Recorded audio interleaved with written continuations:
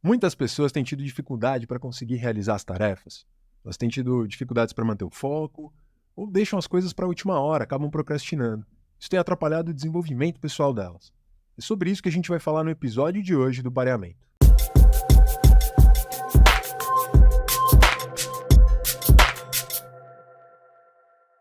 Para discutir esse tema comigo, eu convidei duas pessoas incríveis aqui, diretamente da Paraíba, Gabriel. Como é que tá o Dr. Gabriel Rego? Ele é professor da pós-graduação em Ciências do Desenvolvimento Humano e do curso de Psicologia lá no Mackenzie, pesquisador do INCT, que é o Instituto Nacional de Ciência e Tecnologia em Neurociência Social e Afetiva, especialista em neuropsicologia, dá aula em vários cursos de pós-graduação, enfim. Ele é host do podcast Cadê a Hipótese Ruth, que vai estar na descrição aqui embaixo, tá? Também. Mais alguma coisa, Gabriel? Acho que não, sou uma pessoa feliz também, contente. Boa, Acho que é maravilha. importante isso. Isso é muito importante. E para a gente compor aí esse debate também, eu chamei o Dr. Saulo Velasco, que já foi citado várias vezes aqui no Pareamento. Várias vezes. O Saulo, ele é professor do mestrado, é profissional em análise do comportamento aplicada e coordenador do curso de análise do comportamento aplicado à educação e do núcleo de suporte à aprendizagem lá no Instituto PAR, é mestre e doutor pela USP. O Saulo fundou junto comigo a Lupeduc, né, Saulo, que é uma empresa que a gente trabalhava ajudando pessoas a estudar, a se organizar e tal. A empresa ainda existe, a gente já se afastou um pouquinho, mas a empresa ainda está lá, a gente ainda tem uma equipe que tem trabalhado com isso. Além disso, é Head of Learning e professor na The School of Life Brasil. É isso aí? É isso. Mais alguma coisa? Pai do Chico. Companheiro da Tati. Opa, isso aí. Galera, muito bom. Obrigado por ter aceito estar aqui. Vai ser muito gostoso bater esse papo com vocês. Gente, vamos aí. Vocês viram qual que é a treta que a gente tem para resolver. Foco e procrastinação.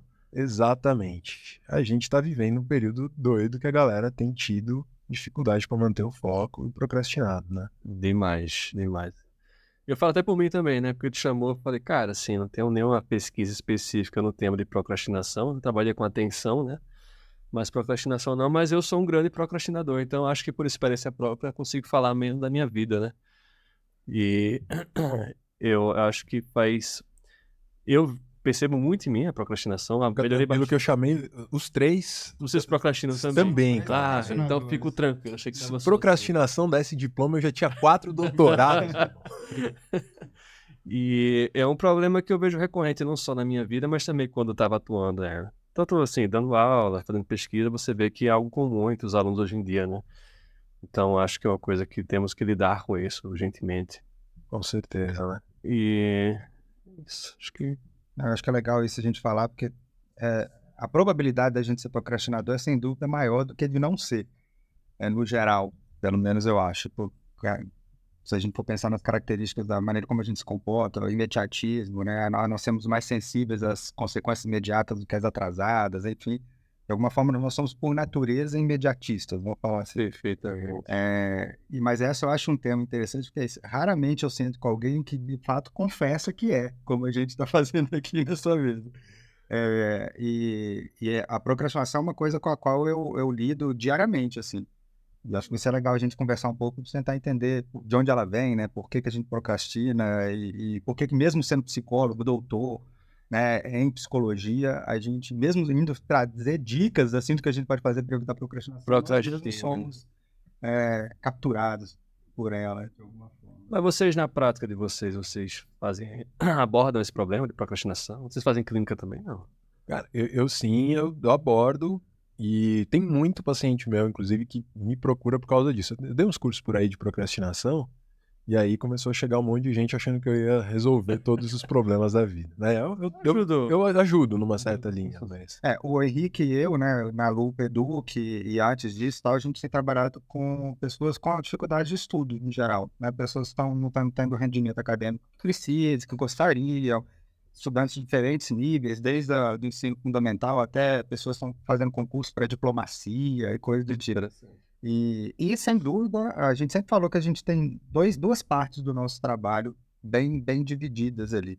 Uma é ensinar técnicas de estudo, habilidades de estudo. Essa é a parte fácil do trabalho. Você vai lá e ensina as pessoas uma série de estratégias, métodos de estudar. A outra parte difícil é fazer o cara estudar. Você ter as técnicas, saber as estratégias, não significa que o cara não vai procrastinar e tal. Então, eu acho que na nossa área, a gente sempre esbarrou muito com esse desafio especificamente. Tá. Né? Que nem sempre você não estuda porque você não sabe estudar. Uma parte mesmo sabendo, tem outra barreira a ser vencida aí. É, aplicar, né? Porque até aplicar isso também, a pessoa procrastina, fazer o exercício contra a procrastinação também. Exatamente. Entendi.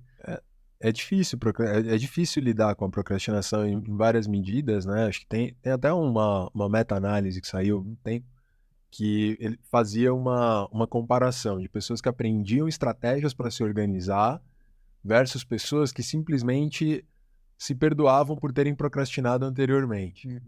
E olha que interessante, no começo você tem um aumento muito grande da produtividade, né, das pessoas que aprenderam a técnica. Só que rapidinho essas pessoas abandonam a produtividade, mudam e param de produzir. Agora as outras, elas vão isso vai se mantendo mais em longo prazo. Então se eu vou me perdoando por eu ter procrastinado anteriormente, eu falo, ok, então eu preciso lidar com isso daqui para frente. E aí agora você vai melhorando a tua produtividade, você vai fazendo mais coisas. Isso eu achei bem legal essa. Eu achei interessante. Eu achei que elas só ficavam mais felizes, mas procrastinando ainda, né? Se perdoando sempre. Não, eu acho que devem procrastinar, mas isso não, porque eu acho que é diferente. E até isso vem num ponto que é não necessariamente você procrastina e você deixa de ser produtivo, né? Claro. Porque você pode ser muito produtivo procrastinando. Eu acho que eu tô falando são 3 pessoas aqui que são assim. Não, mas essa questão assim, é que não se confundir procrastinação com perda de prazos, né? Com incapacidade de entregar o trabalho. É com a questão de sofrimento para fazer isso, né? Perfeito. Que deveria ser mais simples, a gente acaba criando toda uma problematização, né?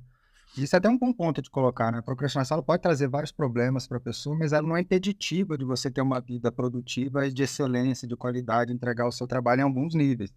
É isso, eu procrastino, mas eu tenho tanta coisa para fazer, que quando eu estou procrastinando uma, eu estou fazendo outra, que é importante. Perfeitamente. Então, eu fico trocando de uma atividade para outra e acabo só cumprindo tudo que eu preciso. Entrego sempre no prazo, entrego uma coisa de qualidade, mas geralmente, assim, questão de o valor imediato, porque tá ficando mais perto da deadline, vai ser aquele. Então vai... uma das razões. E aí fica aquele feeling que você nunca consegue entregar algo que você gostaria naquele nível, né? Mas não sei se vocês têm essa sensação também. Tem. Porque procrastinou. Em parte da procrastinação tem a ver com perfeccionismo. Perfeitamente. E aí, na hora que você deixa para a última hora, não sai perfeito. Exatamente. Só que agora você não tem prazo, você tem que entregar desse jeito. Sim. E aprender agora que o importante é se perdoar, né? Então, isso que é legal. Assim. Eu me perdoo. Cara, mas é um processo difícil, né? Porque você fala assim, que droga. Para pra pensar, faz sentido. Você fica muito tempo pensando ali.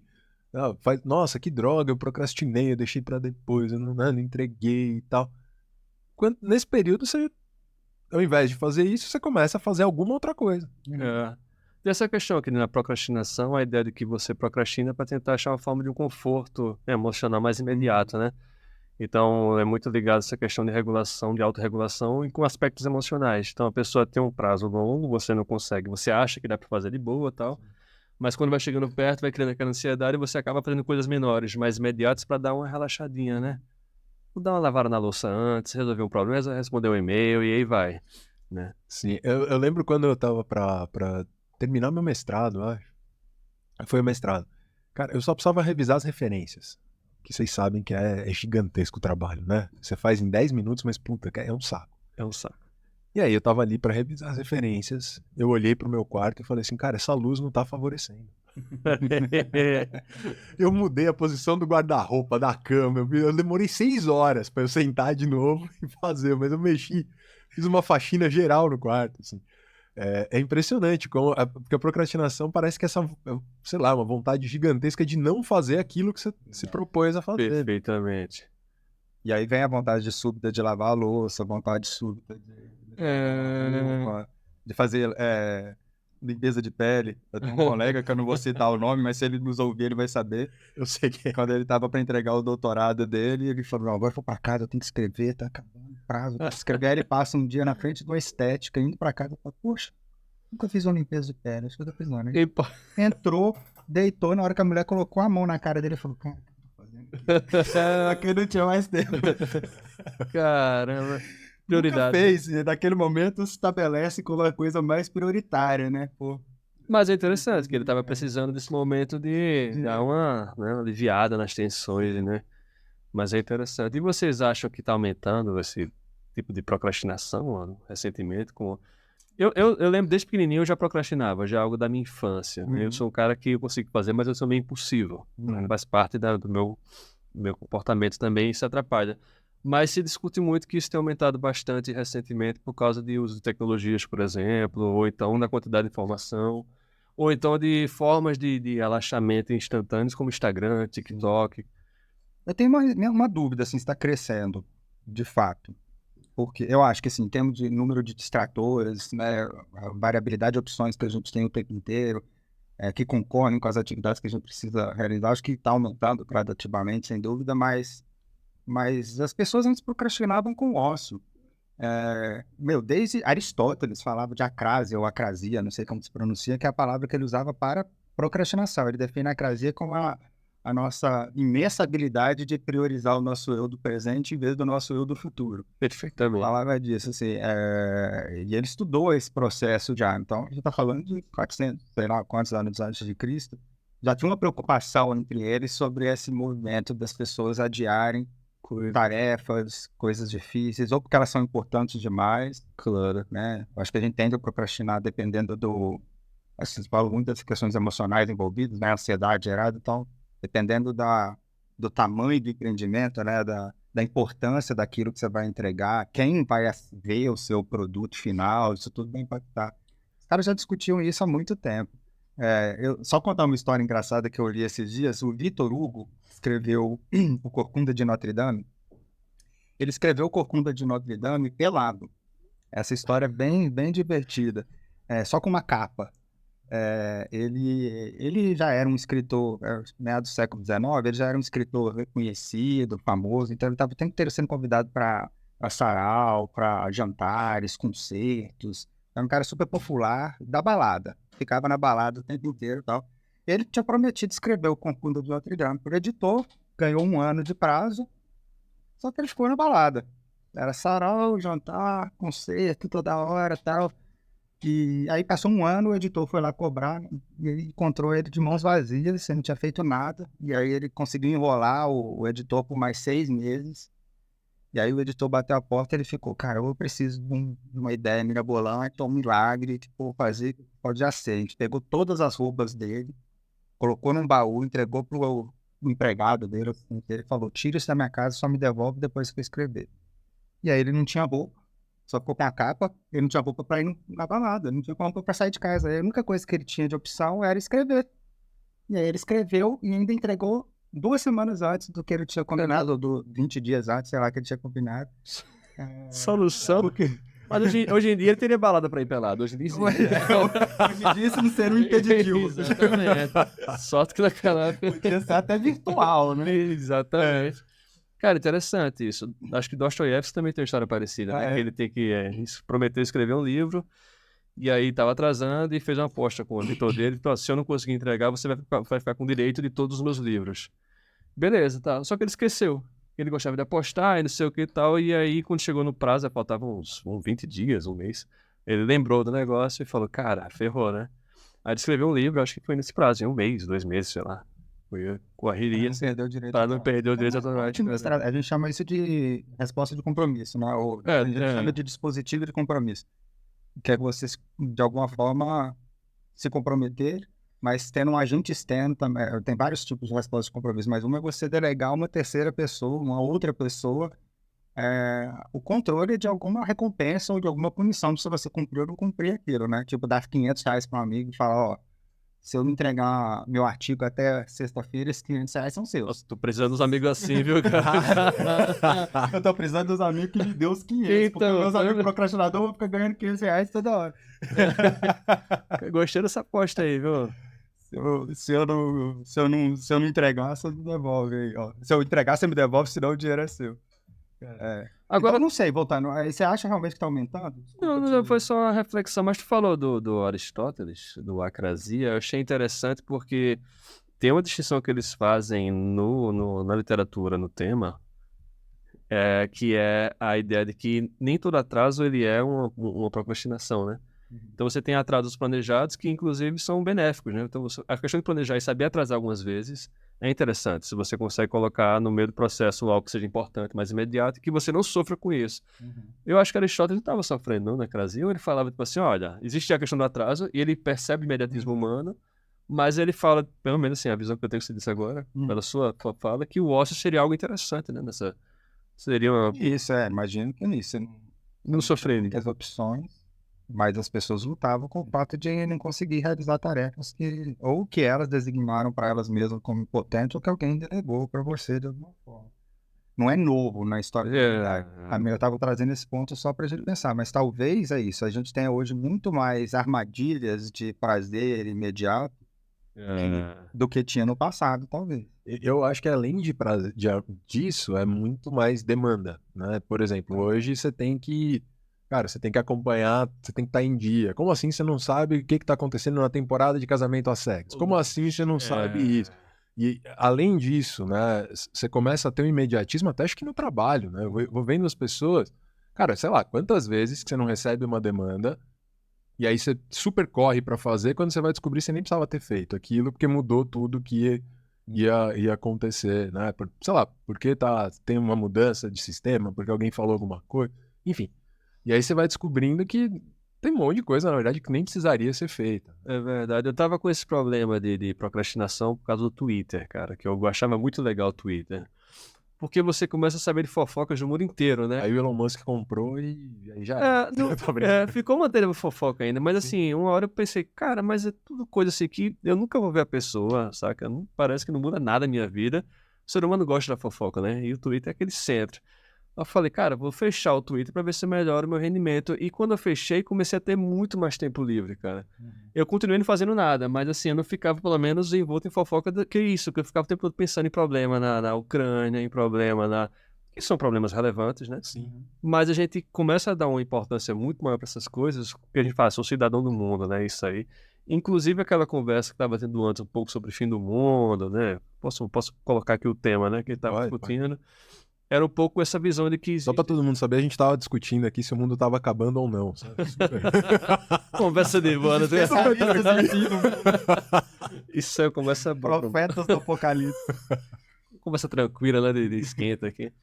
E é um pouco essa visão que a gente tá o tempo todo sendo bombardeado por informações que tendem a ser informações geralmente mais polêmicas, que tem um cunho mais negativo, né? E começa a tecer uma crença sobre o mundo a partir dessas informações, né? Então o Twitter fazia muito. Quando eu tava no Twitter, eu achava que o mundo ia acabar. Que ia começar a Terceira Guerra Mundial. Então, agora que eu fechei o Twitter, dá uma paz. E eu acho interessante, porque esses dispositivos sociais, e o ser humano ele é voltado muito para a socialização.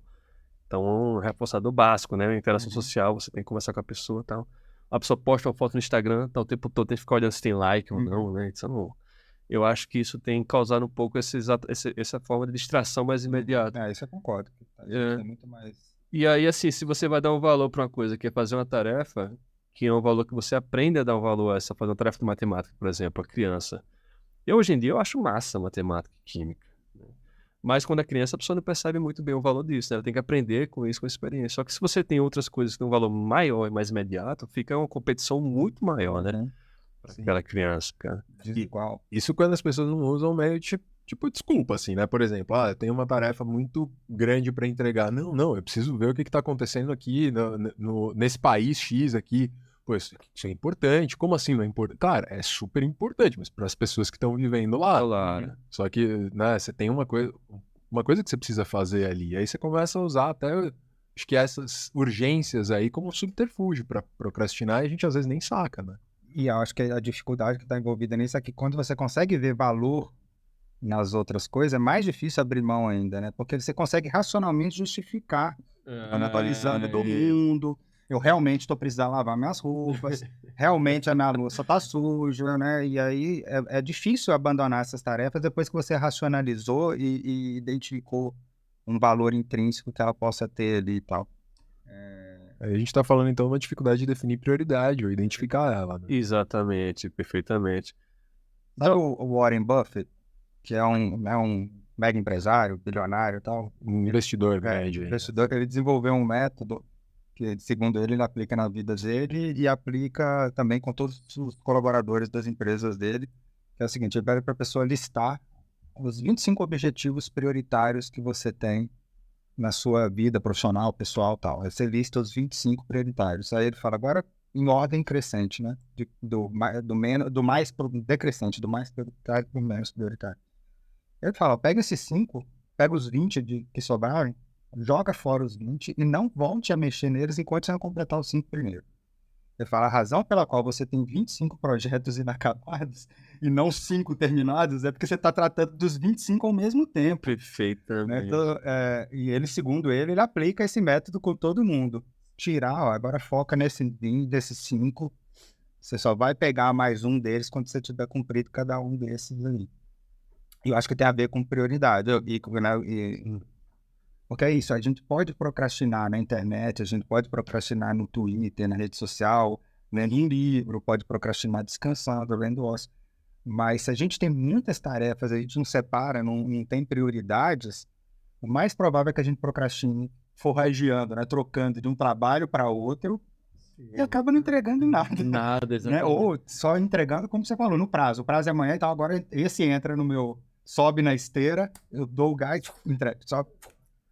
Mas ao mesmo tempo eu fico imaginando a dificuldade que não é. Se você pega 5 projetos que você não quer fazer nenhum deles...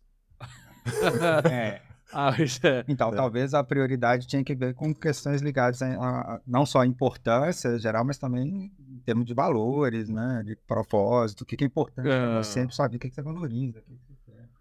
Tem essa ideia na neurociência que você tem um sistema de valoração, né? Que é o sistema de recompensa, que é de você vai medindo tudo na vida de objetos, mas também há tarefas, né? E o valor que se dá àquilo ali que você vai determinar qual vai ser a prioridade para você.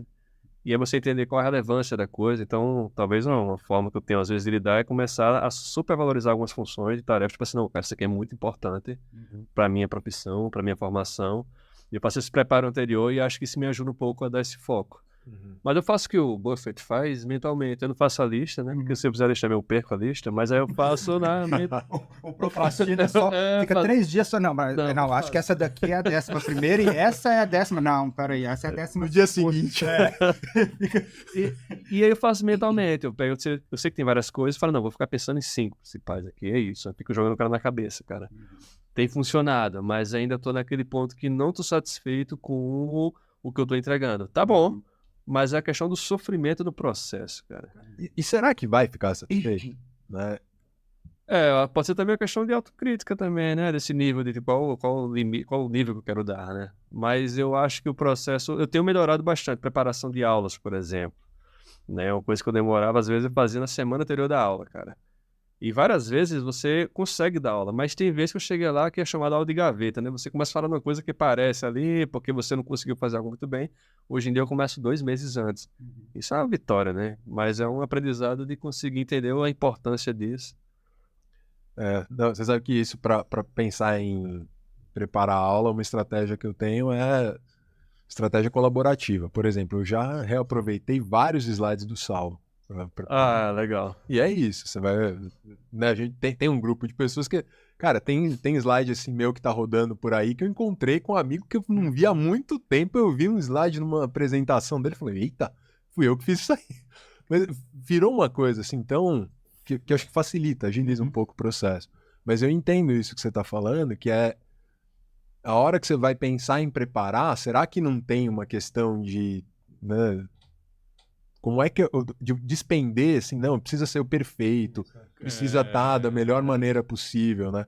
Mas será que os alunos, no final, a hora que você pega um slide que você nem tá tão bonito, nem tá tão perfeito, você estudou, claro, né? Porque tá dentro do tema que você estuda, mas será que o resultado, os alunos não vão aprender de uma maneira tão eficaz quanto? Pois é, eu tô pensando muito sobre isso agora, assim, que é fazer para entender, dominar o tema, mas fazer slides muito simples. Começar com temas muito básicos. Isso, né? Às vezes o cara quer fazer uma coisa muito complexa, tá, e não está funcionando muito bem. Mas eu acho que tem funcionado essa disposição de dividir. Eu tô pegando assim, eu vou fazer de, sei lá, 16 aulas, eu faço um mês 4 de cada disciplina, Aí no outro faço 4 de cada. É separar a tarefa em tarefas menores, cara. Aí tem ajudado. Isso faz sentido. É o que mais... Ou seja, tem forma de... Mas eu queria falar mais um pouco dessa história do perfeccionismo, que eu tenho pensado bastante sobre isso, assim, sobre como que parte da nossa procrastinação está muito ligada a esse perfeccionismo, né? E que dificulta a gente iniciar a tarefa. Porque o perfeccionista, ele entrega coisas de qualidade, mas o custo geralmente é muito elevado. Raramente uma pessoa perfeccionista faz uma coisa boa de supetão. É alguém que vai ficar horas refinando, refazendo, né, produzindo. Então, esse custo elevado, por conta do perfeccionismo, do meu ponto de vista, é uma das coisas que faz a gente adiar o início da tarefa.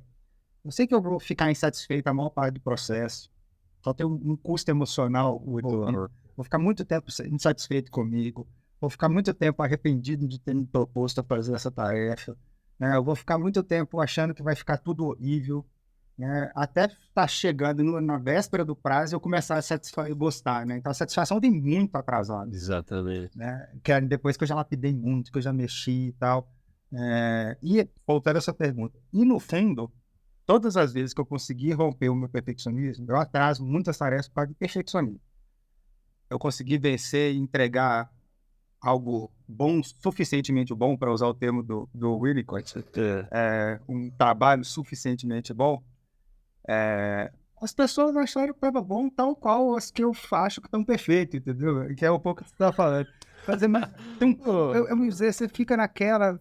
lapidando, refinando, só para você, só para atingir os seus critérios, os seus padrões de exigência altíssimo. Para as outras pessoas, como você vê, a maioria das vezes, se eu tivesse feito com muito mais velocidade, sem tanto esmero, assim, é óbvio que eu tenho que entregar uma coisa de qualidade, mas sem tanto preciosismo e tal, talvez tivesse dado os mesmos resultados, impactado as pessoas da mesma forma, seja um aluno, seja quem quer que seja. Mas tu consegue, então, usar isso, tu entender isso, e tu consegue atualizar essa tua mente, assim, pra fazer, tipo assim, não, agora não vou mais me preocupar tanto. Tu tem aplicado isso aí em você mesmo e funciona? Não estudei para vir falar hoje nesse podcast, que é uma coisa que eu faria normalmente. Eu ficaria 2 dias lendo tudo sobre procrastinação. Saulo me falou, Henrique, manda os tópicos. Ele me pediu, acho que faz 3 dias. Eu falei, claro, não, mando hoje. Eu de propósito mandei hoje antes da gente vir pra cá, porque eu sabia que ele ia ficar fazendo isso. Estudar, preparar.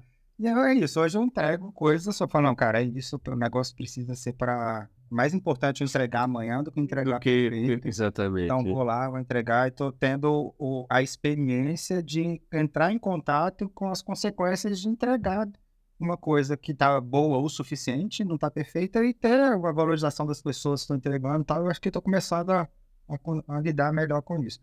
Eu, sem dúvida, acho que o autoconhecimento, de uma forma geral, é uma estratégia para vencer procrastinação, assim, por vários níveis. Comecei a fazer muito isso com questão de trabalho em grupo, né? Porque eu percebi que eu procrastinando, eu tava acabando influenciando todo o processo do grupo ali, porque eu atrasava, o cara demorava para receber o trabalho e tal. E isso me ajudou muito a, tipo assim, não, vamos entregar o que é suficiente pra pessoa. E aí ela faz esse negócio de bate e volta, né? E aí funciona muito bem, né? Eu tenho percebido essa dinâmica. E até dividir o trabalho de uma maneira que você consegue entregar num período mais curto, né? Porque às vezes também, quanto mais extenso o trabalho que você tem que fazer, também mais você vai procrastinar para começar, às vezes, né? Eu fico pensando assim, por exemplo, sei lá, imagina que você tem que escrever, pegando o caso de um paciente meu, imagina que você tem que escrever um relatório gigantesco,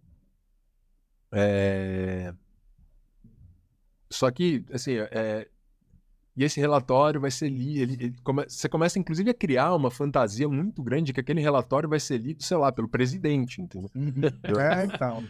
E porque você está despendendo tanta energia no teu ponto de vista é tão grande o negócio que é óbvio, você vai colocar de alguma maneira isso dentro de um patamar muito grande, né? Eu tive uma professora, era de psicanálise, e ela pegou um livro, esqueci o nome do autor, que era um clássico na psicanálise, ela fez, vou fazer o fichamento desse livro aqui. O livro devia ter umas 250 páginas, 300 páginas, né? E tem que fazer à mão.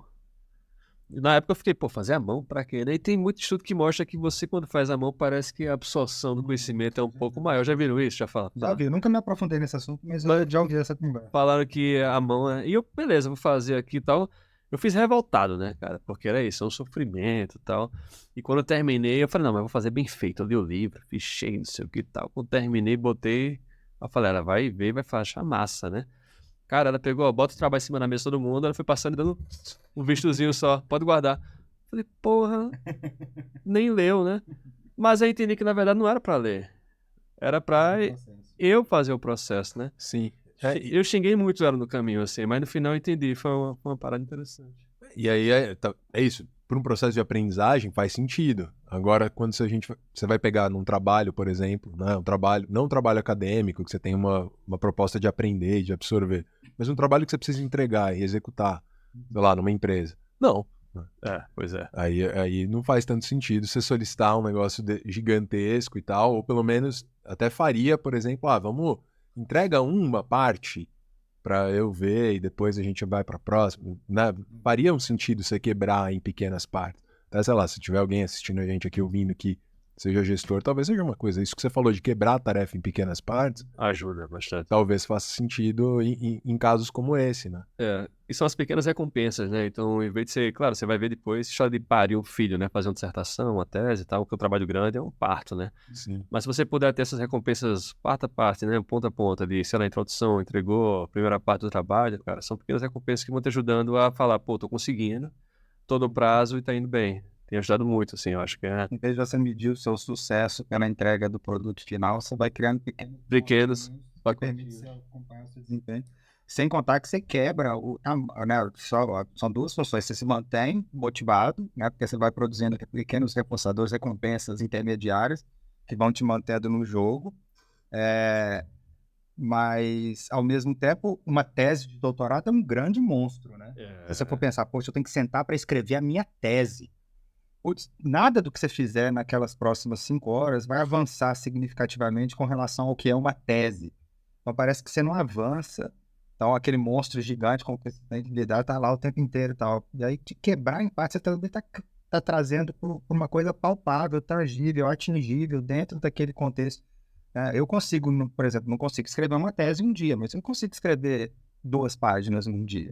Uma página num dia.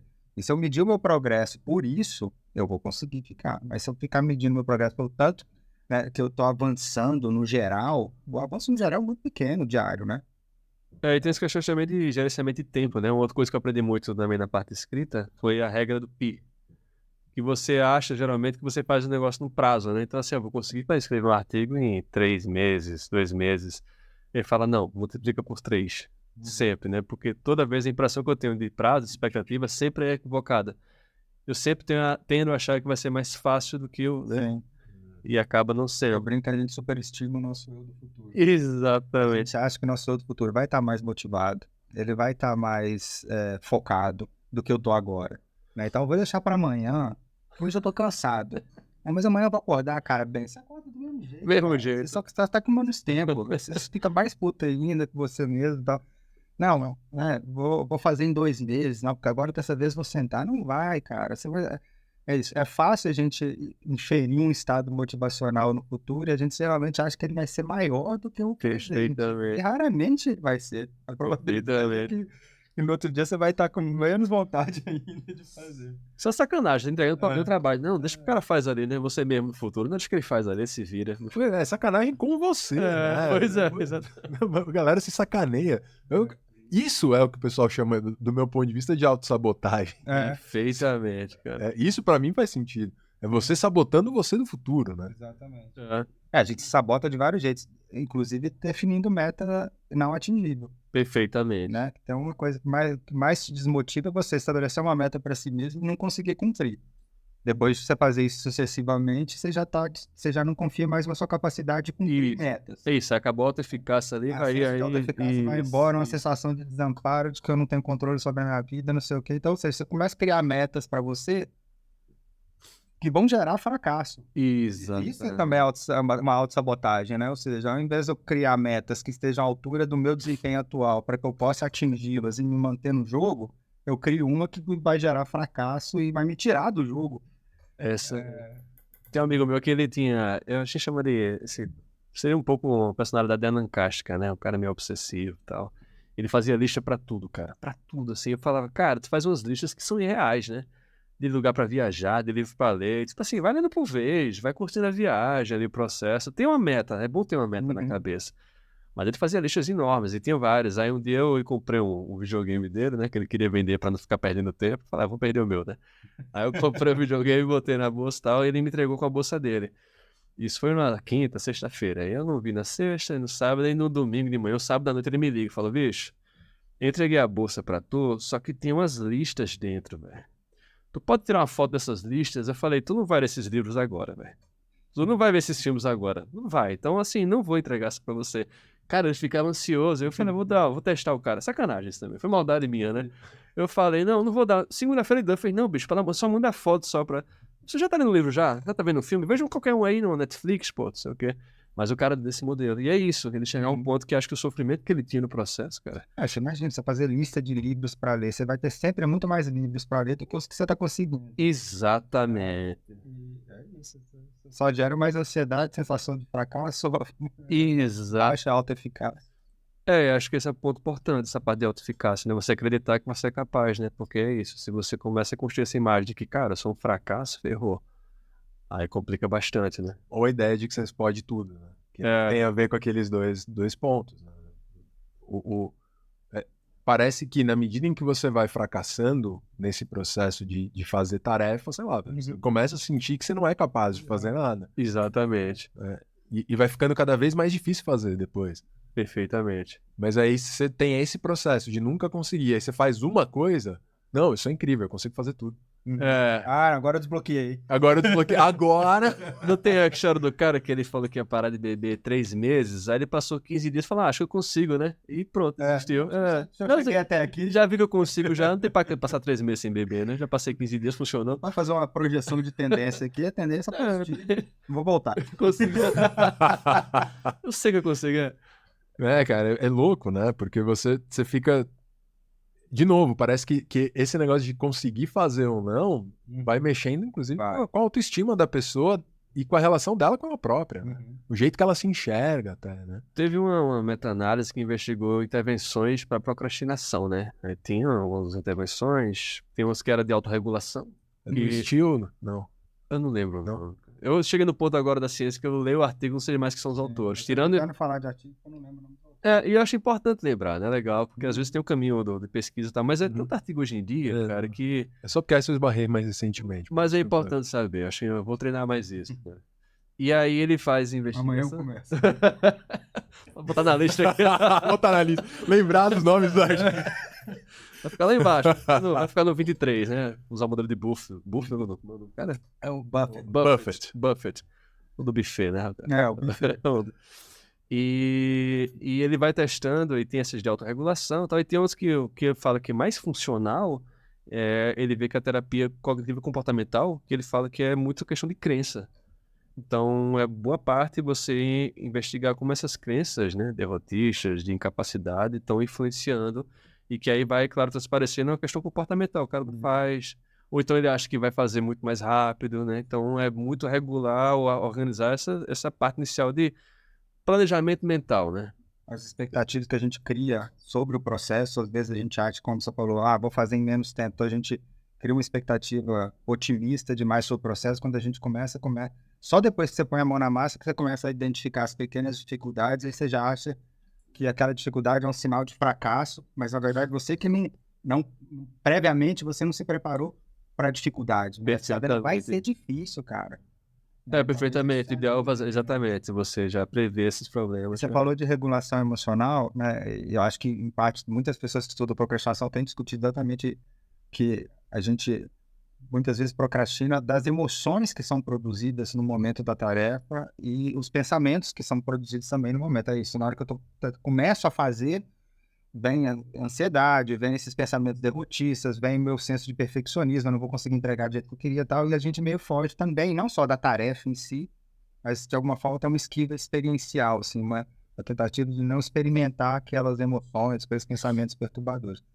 E tem terapias também ligadas à procrastinação, inclusive dentro da análise de comportamento, da comportamento cognitivo, que envolve tolerância ao mal-estar, como uma estratégia de rompimento de procrastinação. Você conseguir tolerar, não tentar não sentir. Mas você Você entrar em contato mesmo com essa ansiedade, com esses pensamentos e tentar fazer com eles ali do seu lado. Pintar eles de amarelo, colocar no banquinho aqui e vamos lá, cara. Vai ser desse jeito, né? E não tentar evitar a experiência, né? Tolerar isso gradualmente, né? E fazendo uma aproximação gradual nessa tolerância do mal-estar. Porque se você tolera, você entende que aquilo ali não vai acabar com você, né? Você vai aprender a vivenciar com aquela experiência, né? Cara, e é isso. Tem uma coisa que eu falo às vezes, que é você pegar gente que não vem de uma classe social muito alta, claro que eu tô assim, super generalizando aqui, mas você pega o pessoal que assim, cara, você precisa trabalhar, você não tem outra escolha. Você vai trabalhar com dor de cabeça, entendeu? Agora, cara, eu não preciso trabalhar, eu vou porque eu quero e tal. Aí você vai ligar e falar, eu tô com uma dor de cabeça, eu não vou trabalhar hoje.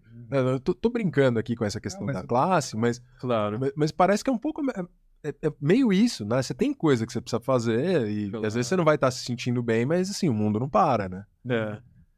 Mas eu entendo, parece que a gente tá num mundo, e aí voltando até para uma questão que você, acho que foi o Gabriel que levantou, que é, será que a gente tem mais? Né? Será que a gente não tá em um mundo que fica validando em excesso um desconforto? Assim, então, por exemplo, não, você tá com esse desconforto? Não precisa fazer agora. Ou seja, você vai validando até essa procrastinação em certa medida, né? Será que a gente... Ou seja, talvez a gente esteja diante de uma característica, de um mundo que tem uma característica que favorece um pouco mais essa procrastinação. Vocês acham que sim ou não? Eu acho que se pensar dentro dessa história da tolerância ao mal-estar, nós temos uma cultura totalmente intolerante ao mal-estar, assim, que nos ensina a ser intolerante ao mal-estar em geral, não só com relação à procrastinação. Então, a gente começa uma pequena dor de cabeça, você já tomou analgésico, a gente começou a patologizar um monte de processos psicológicos que são naturais, né? Certas emoções, sentir tédio, sentir raiva, sentir ansiedade, a gente, né, começa a primeiro nomear essas emoções como negativas, esse processo é que a gente tenta fugir delas o tempo inteiro. Eu acho que há uma sociedade pouca tolerância, assim, hoje as pessoas se medicalizam, por exemplo, para não sentir coisas o tempo inteiro. E qual que é o problema de não sentir? O problema de sentir é que você não examina o que está acontecendo, né? Então, se eu tomo um ansiolítico para não sentir ansiedade, eu não consigo entender por que eu estou ansioso, eu não consigo entender que situações que me deixam ansioso, quais me deixam mais, quais me deixam menos, como eu reajo quando eu estou ansioso, que impactos essa emoção tem no meu funcionamento, na minha tomada de decisão, na minha solução de problemas. Quando eu tô desse jeito, como eu respondo às outras pessoas, que impacto eu produzo no outro, em mim mesmo. Tomei um remédio. Passou a ansiedade. Não entendi nada sobre mim, sobre a minha relação com o mundo, né? E aí eu acho que um pouco isso, assim, da tolerância ao mal-estar. A gente quer fugir dele, a gente não quer examinar o que vai acontecendo com a gente. E faz parte da vida, né? Interessante que tu falou agora, tem uma série de estudos bem interessantes na ideia de hemodiversidade, né? Que você compreender suas emoções e a sutileza de forma assim, são diferentes tipos de emoções que são geradas por diferentes estímulos, de que maneira esse impacta. Então tu falou perfeitamente, gostei de você nessa parte, viu? Foi um bom terapeuta aí. E esses estudos mostram que se você consegue aprender a discernir as emoções, entender como surgem, o que impacta, você começa a ter muito mais bem-estar. Ou seja, o bem-estar vai ocorrer se você examiná-las, não se você evitá-las. Interessante isso, né? Mas acho que faz parte também dessa ideia de você ter uma cultura que hiperestimula essas recompensas imediatas, que é a história da moedinha verde no Facebook. Lembra que teve um vídeo de uma mulher que jogava o jogo da Fazendinha e ela... Cara, isso já virou um meme, né? Que ela não ganhou moedinha verde, ela começou a reclamar e tal. Então você tem esses recompensadores muito imediatos, que é o like, que é um negócio de joguinho. Esses jogos de celular hoje em dia, cara, são perigosíssimos. Eu caí em vários aqui. Esse bet alguma coisa. Tem esses vários jogos de aí fazer a fazendinha, faz a vilazinha. Clash Royale quase destruiu minha vida. Então, vamos lá. E a gente cai, porque é gostoso. Só que você vai vendo que todos têm uma mecânica parecida no fundo, que é essa, deixar você atento. Porque se você tá prestando atenção, aí vamos voltar depois pro foco, né? E fala esse foco também uma hora aqui. Eu acho que você já tá indo, eu adorei. É porque você bota 3 procrastinadores, só procrastinação aqui, né? Foco ninguém tem. Deixa pra depois esse... E a atenção que você coloca nela é que você vai pensar, que você vai lembrar, que você vai querer. Então, a atenção é um recurso, é o mais imediato possível no processo mental, né? E é o que acho que a batalha atual do mundo moderno é pegar sua atenção. Exato. E aí esses aplicativozinhos e tal. Aí você pega isso junto com essa política, essa questão cultural de você não poder sofrer. Ninguém quer nem ouvir falar. E se você fala assim, cara, eu procrastino, fala, eu também procrastino, tu também procrastina. Você começa a falar uma conversa mais humana, né? Uhum. E nisso já aprendeu umas 3 coisas com vocês aqui. Eu sofro com isso, eu sofro com isso. Já aprendi do perdão, que eu achei interessante. Vou me perdoar mais agora. Autocompaixão. Autoconhecimento, autocompaixão e autorregulação. Para eles alto. Gostei. Cara, tem um livro que é de ele é de um filósofo de Stanford, Joe Perry, chama A Arte da Procrastinação. Eu aprendi a procrastinar com esse livro. Eu procrastino, mas com estilo. Então, mas é louco, porque ele fala isso, ele chama de procrastinação estruturada, que é isso que eu falei lá um tempo atrás, que é de procrastinação é uma vontade gigante de não fazer alguma coisa, né? Ele fala assim, tem um jeito ótimo de você virar uma batata sentada num sofá, que é você tirar todas as suas demandas.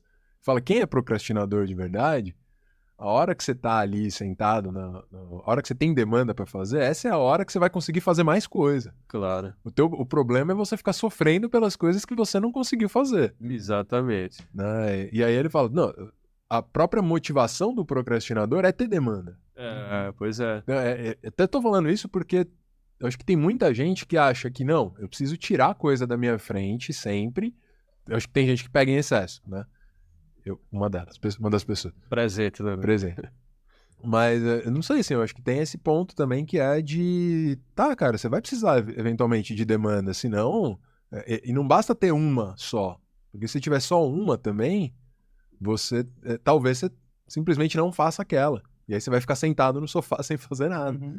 Que é bom também, né? Que pode ser bom, exato. Tem aquele livro Elogio ao Ócio, né? Que eu acho bacana. Eu acho. De massa, a importância do ócio. Esse negócio é interessante também que o mundo atual está tendo muita exigência de demandas e eu percebi agora que tem umas pessoas que... Eu estava aceitando muita coisa.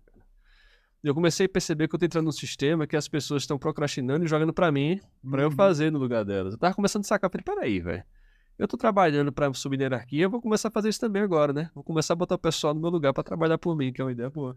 Esse processo, se isso começar a acontecer, eu quero ver quem é que vai fazer o trabalho, eventualmente. As IAs, cara. A solução da IA é isso. As IAs, pronto. Essa solução da IA é isso, trabalhar pra gente, né? Esse modelo do... Tô brincando, essa é uma piada isso, mas... A gente tava falando que as IAs podiam dominar o mundo, por isso que a gente voltou nas IAs. Então, a gente tava brincando. Eu tenho trabalhado bastante com IA, muito. Mas, ao invés dela me aliviar, o trabalho que eu delego para IA, que eu ganho, o tempo que eu ganho ao delegar um trabalho para ela, eu ponho outro trabalho no lugar. Então, tipo, eu tô trabalhando mais. Exatamente. A gente não está se libertando, pelo menos ainda não no momento. Eu acho que a IA está me deixando fazer mais coisas ainda do que eu já vinha fazendo. Isso, do meu ponto de vista, não é sustentável emocionalmente, psicologicamente. Mas sabe o que a minha irmã falou uma coisa pra mim engraçada, que eu gosto assim, a pessoa manda muito artigo pra revisar, né? Que é um trabalho mais... Posso falar uma palavra escroto? Não é um palavrão, mas é um trabalho escroto, porque... O cara publica na revista, cobra uma grana, vai ganhar dinheiro, então a revista ganha uma grana, mas quem publica não ganha nada, o governo que gasta, às vezes, vai fazer pesquisa, gasta de novo para pegar o artigo, quem vai revisar, nada. O tempo que você está revisando, você poderia estar escrevendo o seu. Exatamente. Você fica fazendo dos outros. E, cara, eu acho massa que eu comecei a revisar porque eram amigos editores que mandavam para mim, né? Então a revista agora grande e tal, e eu acho massa que eu aprendo muito. Só que chegou um ponto que começou a ficar muito chato, porque o trabalho de revisão no artigo não é tão simples não, né? Você vai lá uns 2, 3 dias e depois passar mais uns 2, assim, achando ponto e tal. E eu conversando com minha irmã, eu falei, pô, acho esse trabalho de revisão difícil nessa parte acadêmica. Ela, mas eu nego tudo. Eu falei, sério? Falei, não tem problema. Nega, dá o parecer. Ela fala que tô ocupada. Eu nunca pensei na possibilidade. Eu falo também assim, cara, vou negar também, né? Porque eu acho que eu sou tão receptivo a trabalho. Eu falo assim, manda, vamos embora, tal, não sei o quê. E eu comecei assim, no começo, que o editor é meu amigo, beleza, mas comecei a receber muita gente de fora que eu nem conheço e manda, porque eu tô com especialização na área lá de neuromodulação, por exemplo, tá chegando direto, cara. E eu percebi que é isso, às vezes saber falar não, bicho. Falar não. Então você é o trabalho do buffet ali, meu amigo Buffett. Que Falar não. é falar, não, falar você não. pega os 20 ali e bota os 5 principais. E falar não, inclusive, para você mesmo, né? Porque a estratégia do Buffett é interessante porque ele fala, cite as 25 objetivos mais importantes para você. Perfeitamente. E aí, por isso que ele está falando, a dificuldade de abrir mão, ou você abrir mão total deles, ou por eles serem importantes, eu estava conectando com aquilo de você racionalizar, e é muito mais difícil você não procrastinar se as outras tarefas que estão à disposição são tarefas que você considera de fato importantes. Por isso que é limar, tirar mesmo. Tem essas questões na economia comportamental, que esses modelos que você tem muitas alternativas são problemáticos, que causam ansiedade e tem o custo e a oportunidade, né? Que você escolher um e abrir mão de várias outras, né? Quanto mais opções, mais abre, mais você perde. Mas você perde, exatamente. Quem acha que liberdade é opção de escolha nunca ficou na frente do Netflix, né? É... Fica lá parado, só trocando, né? É verdade. Babando. Eu tô pensando em fechar, que eu também tava. Eu tô fechando essa parte de seleção de o que eu vou me ferrar, né? Então fechei o Twitter, o Instagram eu fechei, abri de novo agora, mas não tô usando. Mas a parte de Netflix, agora tem vários, né? Prime, Mubi, Ratzer, Ralphs. E aí é outra parada que você passa horas ali e sempre rola satisfação, porque você vê um filme que é muito ruim e fala, puta que merda, né? Passei 3 horas aqui nessa bosta aqui, tem vários outros legais. Tem uma pesquisa feita no supermercado com geleias, marcas de geleias, economistas comportamentais, não vou lembrar o autor agora. E eles, por 2, 3 semanas, disponibilizaram na prateleira de supermercado 6 marcas de geleia e por outras 3 semanas, 24 marcas de geleia. E aí eles mediram 2 coisas. O número de pessoas que eram atraídas por essas prateleiras, parava ali na frente, ficava olhando, e o número de pessoas que comprou. Uma quantidade maior de geleias atraía mais as pessoas. Mais de 60% das pessoas que entraram no supermercado ficaram ali diante daquela prateleira. Só que só 3% dessas pessoas compraram. E as outras, quando tinha menos pessoas, 40% das pessoas foram atraídas pela prateleira com menos opções, só que 12% compraram. Era uma coisa assim. 4 vezes. 4 vezes mais do que aquelas pessoas. Isso é bem interessante e tem um pouco a ver com isso, né? É muita opção, o custo da escolha é muito elevado, né? Aprendi isso com o chefe Ramsay, né? Aquele Hell's Kitchen e tal. Aí tem aquele... Uma vez que ele ia nos restaurantes, ajeitava o restaurante da pessoa e tal.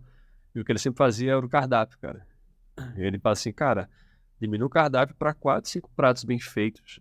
Porque a tua gestão vai ser muito melhor, tanto do estoque, né? Pra você conseguir. E também você vai otimizar e aperfeiçoar naqueles pratos.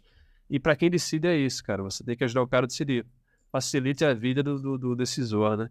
Isso é Que importante. é toda a área de arquitetura da escolha. Lá, Exatamente, Nudge. Como ele facilita a escolha. É. Né? Não faz o oposto do nudge. Qual que é o termo? É o sludge. É você dificultar a vida da pessoa. Não, eles fazem muito. O sludge que o cara tem no Instagram. Pra fechar o Instagram, quando for fechar, cara, dá um trabalho pra achar o botão dele. Não é só fechar o negócio e vender lá, né? Abrir e fechar embaixo. Não, você vai ter que entrar na parte de segurança, não sei o que. E coisas pagas, então, ainda. Que você foi lá e contratou uma revista, uma assinatura de uma revista, ou de um plano X, de um aplicativo e tal. Para contratar é um clique. Exato. Nudge total. Para tirar trabalho de... E eu acho muita sacanagem isso. Mandar uma carta a punho, assinada pelo embaixador. Com você segurando o RG. Cara, você falou de atenção, Gabriel. Eu fiquei pensando, cara. A gente, né? Um tema que eu acho que está sempre presente aí é o TDAH, né? O transtorno de déficit de atenção e hiperatividade. E eu fiquei pensando que muita gente vem falar que tem TDAH hoje em dia. É muita gente, né? E, cara, o que vocês acham disso? O que você falou de atenção, assim, eu acho que a gente pode abrir e entrar, porque será que aumentou mais o diagnóstico ou será que o mundo tem se organizado, né? Ou seja, de fato a gente está tendo um déficit de dopamina maior no cérebro, né? Que é uma das hipóteses mais fortes aí para TDAH, ou será que o mundo tem se organizado de uma maneira que as pessoas estão simplesmente com um span de atenção muito pequeno?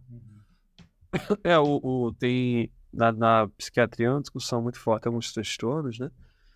Que é o aumento de casos, tem uma discussão sobre o autismo e sobre o TDAH, né? O do autismo ficava essa discussão que está aumentando muito, tal, mas teve até um estudo recente que fez uma avaliação e viu que se você fazendo essa avaliação, né, de vários estudos, você vai ver que, na verdade, acho que eu vou aceitar um pouquinho de água, viu? importante. Eu vou procrastinar minha fala aqui também. Tô interessado. E ele falou que corrigindo vários fatores, tal, eles que, no geral, os estudos experimentais com autismo viram que não está aumentando, não. Nos últimos 20 anos, eu acho, 15 anos. Aumentava, eram dados governamentais e institucionais sobre autismo. Então é como se tivesse coleta maior, consegue notificar mais, aumenta, o que estava antes e parece estar aumentando. Mas se E você a população também aumenta no geral, né? Isso também. Mas aí o que acontece? Se você pegar esses dados de estudos clínicos, experimentais, com autismo e tal, não, estudos epidemiológicos, desculpa. Com autismo você vai ver que, na verdade, não está aumentando tanto, nos últimos 20 anos, pelo menos, né?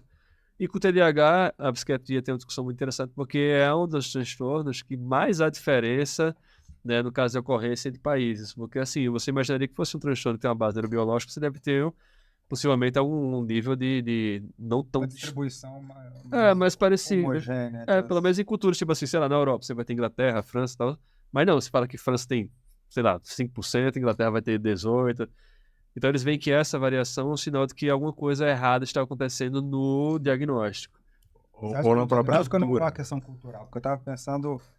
Na cultura, influenciando até a atuação do... Inclusive, a própria Isso, atuação de quem diagnostica. Mas eu exatamente. fico pensando se... E aí eu tô falando sem um conhecimento, né, aprofundado, assim, de estudos, mas eu tenho um pouco a hipótese que as duas coisas podem estar acontecendo. Num certo sentido, aumento de casos diagnósticos, maior notificação do que tinha antes. Mas é isso, ao mesmo tempo que a gente está discutindo aqui, é que a gente realmente, né, vive num ambiente social que aumenta muito a probabilidade da gente se comportar dessas formas que a gente classifica como sendo um déficit de atenção ou hiperatividade, coisa do tipo. É isso, a gente tem muito mais distratores o tempo inteiro. Esses jogos que você está falando de celular que a gente tem o tempo inteiro, eles são programados para terem liberações de recompensas intermitentes exatamente no tempo que você precisa para se manter aí focado. Exatamente. Né? As micro descargas de dopamina barata que a gente recebe ali no plim. Aí vem lixo, plim, coisa legal, lixo. Ou na rede social, ou nos joguinhos, qualquer coisa funciona no mesmo esquema, né? São recompensas intermitentes que elas vão sendo apresentadas, o algoritmo se prepara para apresentar uma recompensa antes de você desistir, Claro. né, para te manter no jogo. Malditos vídeos de gato que me mantém no Instagram. Vídeos de gato. Mas aí vamos abrir a sessão pedido de gato. Que gato tem um benefício direto que é muito bom de ver. Então, plim de dopamina no cérebro, né? Fofinho. Mas é o plim fofinho. Não, mas aí junta isso, né? Tudo aquilo que a gente discutiu até agora, em nome de opções, né? Esses distratores, essas armadilhazinhas de prazer imediato que tiram a gente do foco, tiram a nossa atenção, pipocando na nossa frente o tempo inteiro, nós historicamente, acho que a história da evolução cultural da humanidade, da tecnologia humana, é uma história para facilitar o nosso serviço no plano imediato. Se a gente for pensar todas as evoluções, grandes evoluções de máquinas, elas sempre foi para a gente... Deveria. Deveria. É verdade. Mas a gente, né, construiu veículos para nos tornar mais rápido, máquinas para levantar coisas pesadas para a gente, né, micro-ondas para a comida ficar pronta mais rápido, computadores também para processar informação, inteligência artificial para realizar agora a gente pela primeira vez está terceirizando a nossa cognição, terceirizou a força física, agora é a cognição. É a quarta revolução industrial, né? E o que eu estou querendo dizer é que a gente realmente está vivendo num mundo, né, muito acelerado e mais imediatista, cada vez mais. E eu tenho dúvidas do quanto que isso não impacta no funcionamento das pessoas, né? Porque o TDAH, uma parte do TDAH tem a ver com esse imediatismo. Uma dificuldade muito grande de ser afetado por efeitos de longo prazo, consequências, recompensas de longo prazo. Por isso que é importante quebrar tarefa para as pessoas também, para você explicar um pouquinho. Será que não tem também uma coisa cultural também? Ou seja, a nossa cultura não está meio realmente também produzindo mais pessoas? Você botar criança de 1 ano que já está no celular, que já está vendo Peppa Pig, por exemplo, só para fechar esse assunto rapidinho. Meu filho lá, eu tenho um filho de 9 anos, os dois, né? Não é o mesmo filho. Eu falo, pera, tem uma coisa estranha. Não somos um casal. Eu fico lembrando quando eu era criança, cara, eu fui formado por TV também, né? Então eu ficava na frente da TV muito tempo. Mas eu tinha que aprender a esperar, porque tinha o horário certo do programa, tinha propaganda. Hoje a intolerância ao atraso, ao tédio é muito mais elevada, em parte por causa desses dispositivos. O meu filho não fica 2 minutos vendo nada. Não, Ele começa a ver, ficou chato, muda o aplicativo, não sei o que, troca. Né? Ou seja, essas facilidades tecnológicas pode estar também gerando uma geração Com certeza. muito menos resistente a frustrações, à espera, tolerar atraso e coisas do tipo, né? Que são parte do que compõe o diagnóstico ali, né? Cara, eu tenho um afilhadinho de 6 meses agora. É impressionante. Ele vê uma tela e ele quer correr pra ela, assim. Acho que até as pessoas... Todo mundo tem construído coisas mais bonitas, mais brilhantes e que... Né, acho que isso chama muito a atenção também. Mas sabe que meu filho tá com 5 meses, o mais novo, e é engraçado isso, porque ele já entende que a gente, que é adulto, tá olhando o negócio. Aquele monolito preto pequenininho, que lembra do monolito grande do preto, que é o filme do 2001, Odisseia no Espaço, né? Ali é uma representação, claro, do celular chegando ali, e a galera falou, meu Deus do céu, né?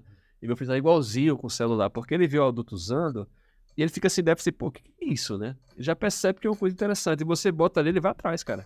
Ele não sabe nem engatinhar ainda. Ele fica tentando se arrastar pra pegar o celular. É engraçado isso, cara. Nossa. Ele já percebe o valor daquilo ali. Em termos neurológicos, assim, você que é o neurocientista aqui, isso não muda um pouco o funcionamento neurológico de uma criança tão pequena começar a entrar em contato com estímulos tão... Existe a ideia de que, né, não seria interessante se dispor, colocar crianças para ver telas até uns 2, 3 anos. Certamente tem impacto, sim, na forma que ele vai processar informações, porque você está dando um estímulo que tem um tempo de processamento, uma velocidade. Então, há uma discussão, inclusive, na parte da mídia, de que as cenas de filmes estão ficando mais rápidas. Você pegar os filmes dos anos 50 e 60, eram cenas muito longas, a construção da cena é muito mais rápida agora. E assim, a questão é se é prejudicial ou não, né? Porque você pode estar mudando a forma que a pessoa vai processar informações. Não que ela vai mudar a forma que o cérebro trabalha diretamente, mas ele é um órgão que vai conseguir se adaptar a diferentes tipos, né, de processamento. Então ele vai ter então essa variação, mas pode ser inclusive benéfico para alguns pontos. Então essa discussão muito forte ainda sobre videogame, será que é ruim ou bom?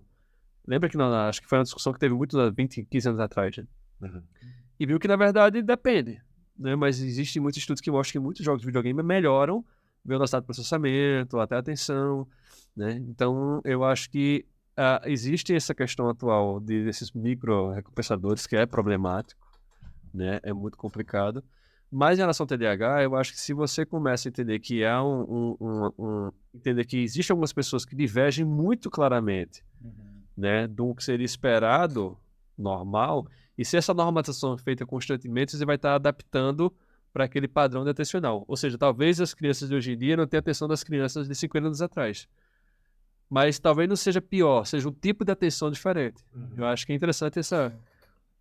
respondendo num ambiente que ainda está em transição em alguns aspectos. Por exemplo, a escola não fez essa mudança. Não fez, exatamente. E ela sofre por isso, porque a criança fala, porra, 2 horas de aula, eu dou aula... Você acha que a escola tinha que ir pro TikTok?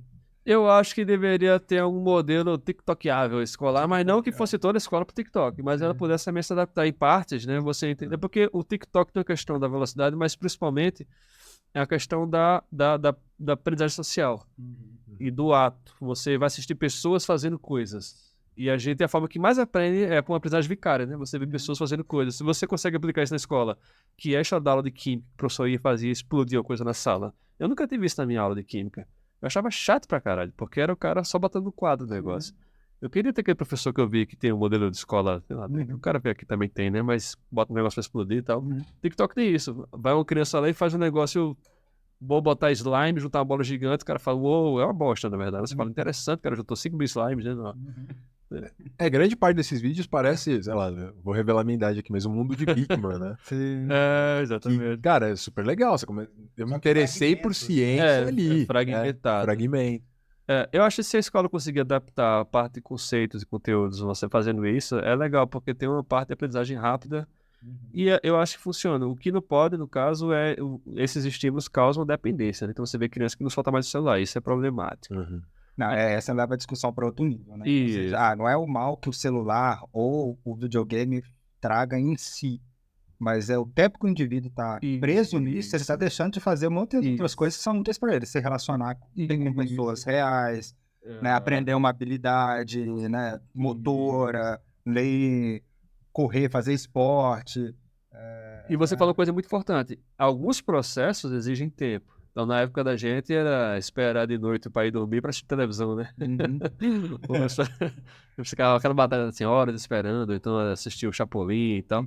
Eu só podia assistir Cavaleiros do Zodíaco depois de fazer a lição de casa. E isso é interessante, aí tem um timing no negócio. Então, alguns processos, como por exemplo, ler um livro, então a apreciação na leitura é um processo que você não vai ler em 5 minutos, fragmentado, você não consegue, você vai entender patativas. Vai entender um pouquinho, né?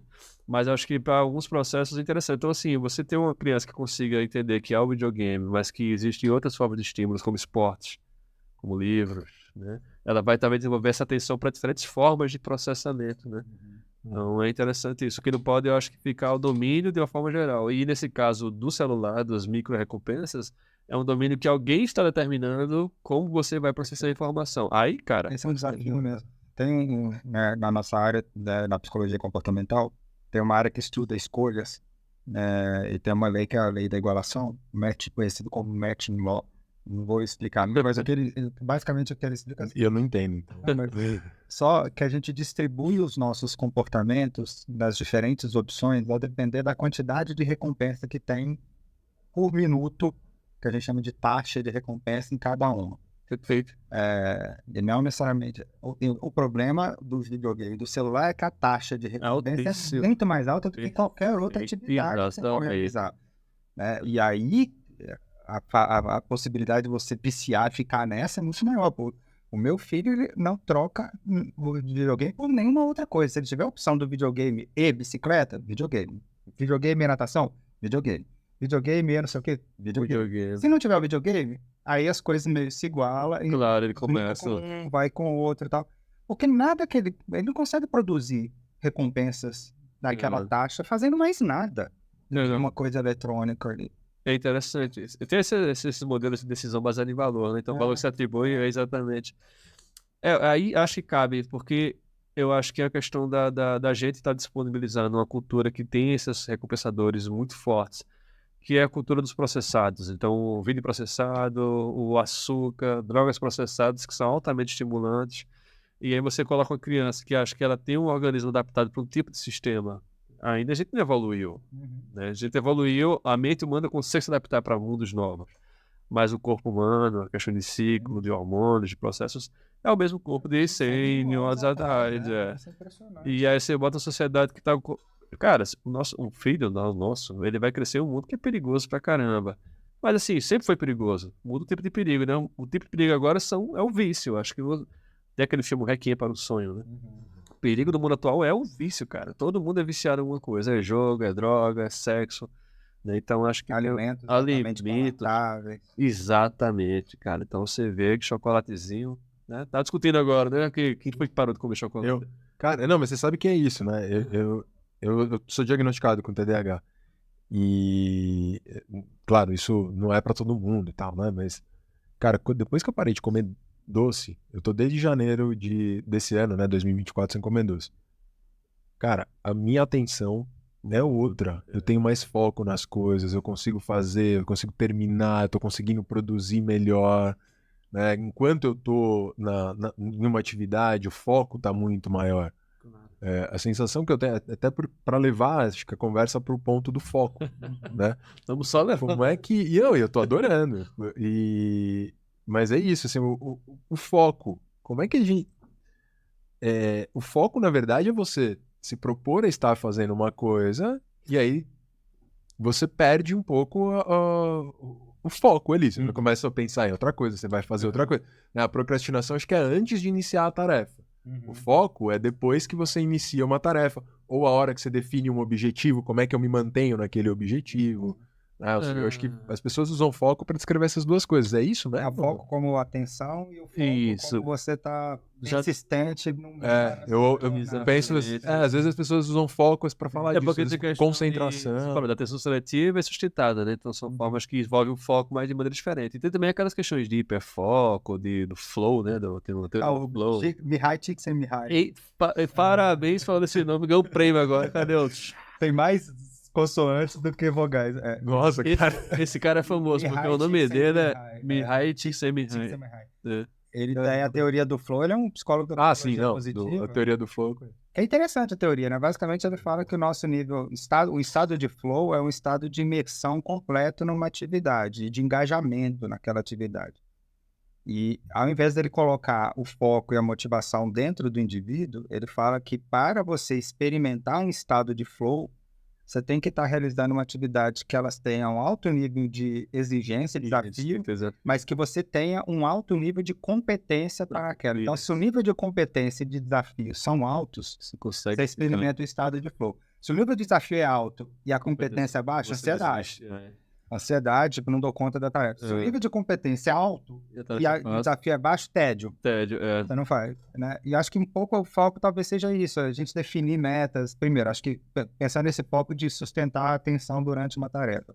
Só ao invés da gente medir a conclusão da tarefa como o sucesso pela conclusão final da tarefa, talvez a gente colocar pequenas metas, mas que sejam desafiadoras e que estejam perto do meu nível de desempenho ali, da minha competência, talvez a gente consiga fazer isso, né? Então, vou colocar, sei lá, vou dar um exemplo. Vou imaginar que eu esteja escrevendo. Aí eu defino para mim mesmo assim, olha, em vez de eu medir o meu progresso em número de capítulos escritos ou páginas escritas, eu vou a cada 15 minutos tentar escrever 250 palavras. Pronto. Por exemplo. E aí eu tenho uma meta que é desafiadora, Claro. mas que eu tenho um nível de... Eu coloquei 250 palavras, que uma vez eu testei e eu vi que eu consegui escrever perto disso ali. E quanto tempo? Em 15 minutos. Tá valendo, tá bom. Tá valendo. Mas sem editar, né? Só jogando ideia no papel. O preciosinho vem depois. Mas sabe meu capítulo? Eu sempre escrevo o capítulo em um dia. Fica mais 15 para editar. Mais 15 para editar. É bom e outra coisa. Mas, então, aí eu acho que talvez a gente consiga experimentar um estado de flow ali, porque o meu nível de competência é alto, ajustado ao desafio, mas eu preciso me desafiar também um pouco para eu também conseguir. Eu acho que é um bom jeito de pensar o foco, assim, na manutenção. Só esses modelos educacionais modernos falam muito isso, né? O desafio tem que ser proporcional, né? À sua capacidade e você tem que ir regulando isso constantemente, né? Então, a educação que seja mais individual tende a entender esse nível do desafio. E, inclusive, fazendo jogos hoje em dia, estão usando muito isso para jogos, né? Você começa a botar o desafio do jogo que seja equivalente à capacidade do jogador, né? Sim. A psicologia do esporte usa muito flow para manter o cara treinando, para manter o foco no jogo, por exemplo. É interessante isso. Usa muito essa estratégia do flow. E é isso, é um aquecimento, né? Ou seja, você vai precisar se engajar naquela tarefa, mas você tem um processo, não é assim, vou entrar na tarefa. Só não, é um processo, você tem que ir fazendo para que você... tanto que é o estado de flow, né? É um estado de foco. Que aí eu até me pergunto, assim, você falou de hiperfoco um pouco, né? Esse hiperfoco, eu vejo muita gente conseguindo ter esse hiperfoco. O problema é chegar até lá. Se usa muito esse termo para alguns casos. Então, você tem alguns casos do TEA, né, em autismo, que se fala de crianças com hiperfoco.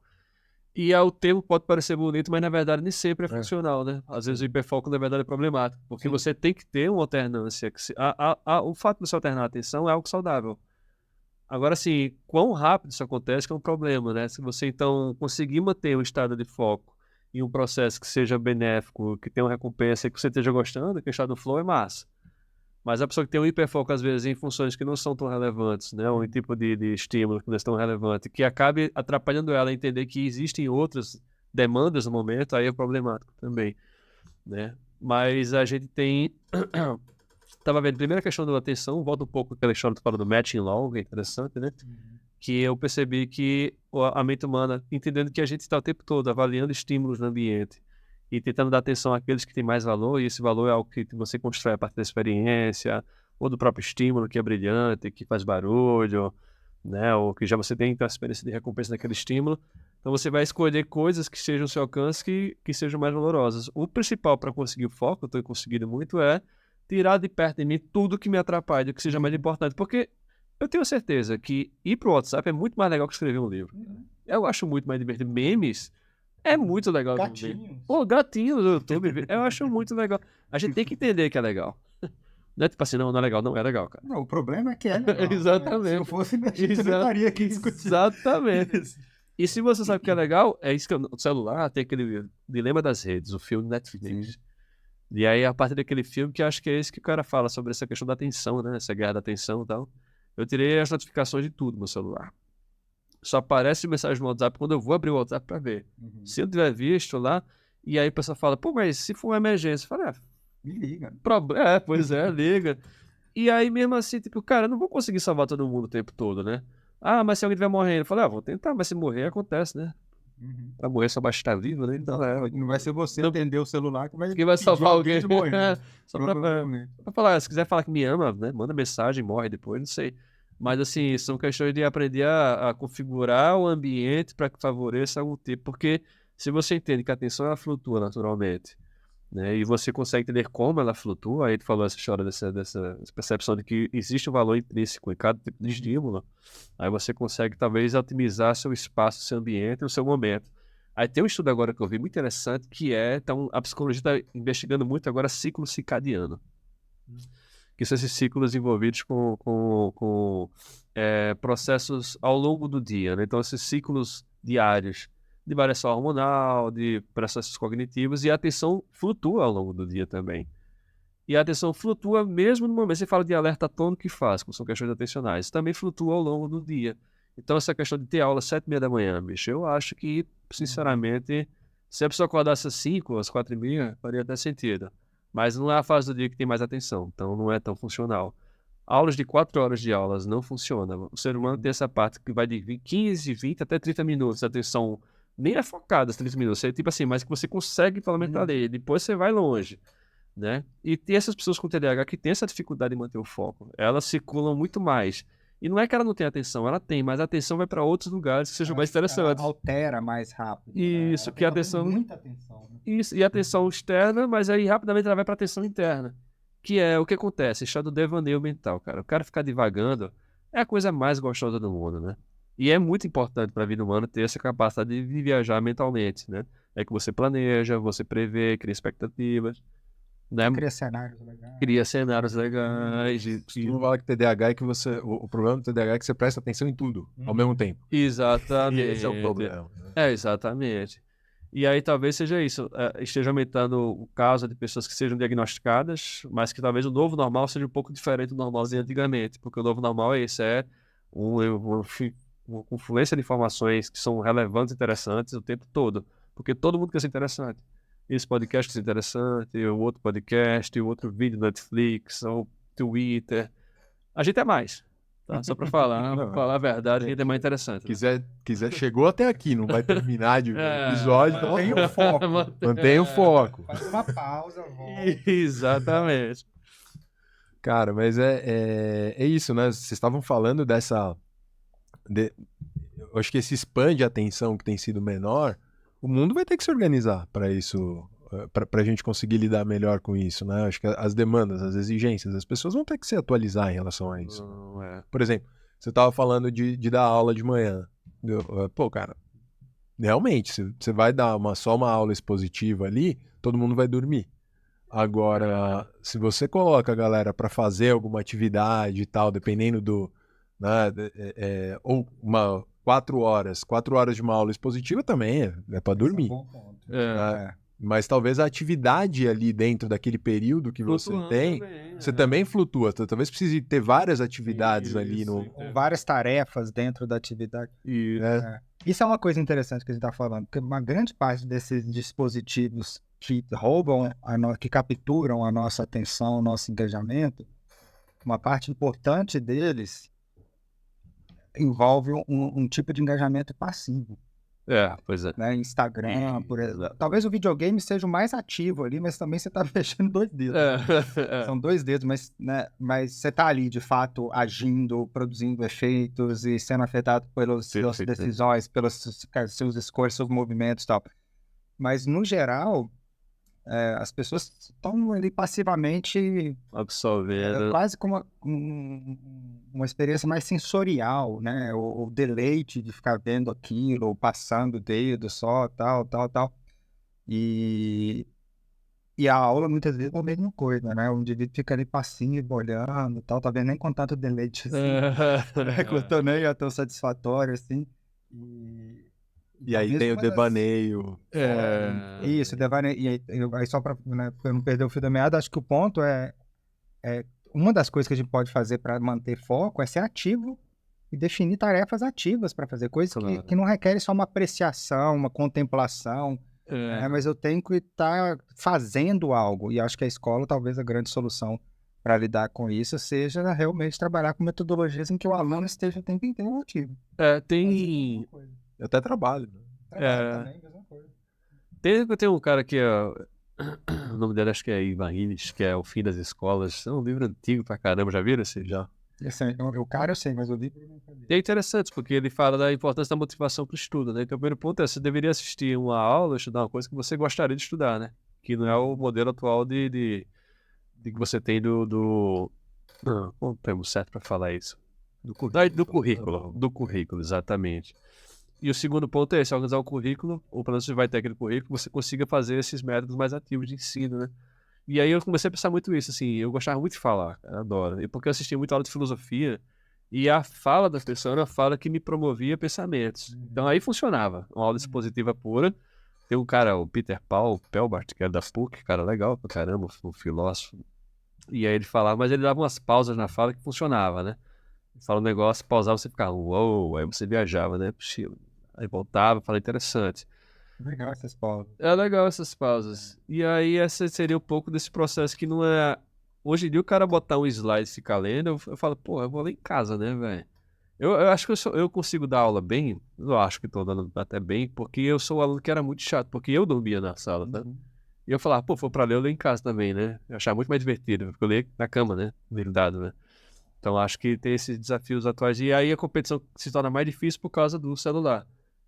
Sei se tem experiência, o pessoal proíbe celular em sala, não? Como é que funciona? Cara, eu conheço gente que proíbe, assim, eu particularmente, eu abraço o celular na aula, por exemplo. Fica olhando também. Não, eu não olho, mas assim, abraço o fato da galera tá ali, é isso. Eu falo, por exemplo, tem gente conversando, eu falo, galera, troca essa ideia no WhatsApp aí, eu tô entendendo que pra vocês é mais importante conversar nisso, né, putz, isso pode tirar a atenção de uma galera que tá conseguindo interagir nesse momento. E aí depois você volta e me pergunta o que eu falei, aqui tá tudo bem, a gente volta e discute de novo. É muito legal, gostei. Né? Porque é um jeito, assim, as pessoas têm diferentes spans de atenção. Né? Eu gosto de, eu sou professor sacana, quando a pessoa começa a falar na sala, fala, vamos falar pra todo mundo agora, vamos, cheguei junto aí, vamos compartilhar essa informação, vai que é interessante. Os alunos computam, mas... É divertido isso. Agora, cara, tem um ponto que é, pra gente falar em foco, pra manter o foco, a gente tem que estabelecer metas, né? É importante. Mas tem gente que fala, por exemplo, em não só as metas, mas também em criar hábito. Claro. Pra fazer, pra você.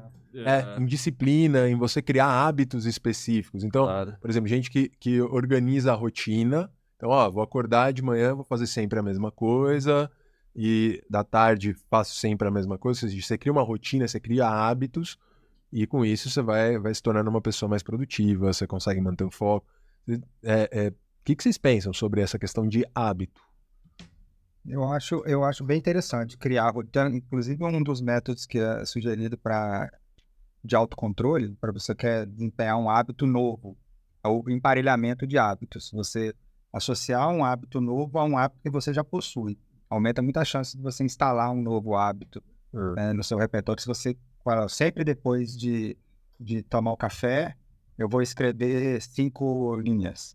Sempre e tal, né? Você criar algumas relações. Eu acho interessante isso pelo seguinte, a gente está falando o tempo inteiro que a procrastinação, o foco, está muito relacionado à dificuldade de acessar recompensas que estão mais distantes, né?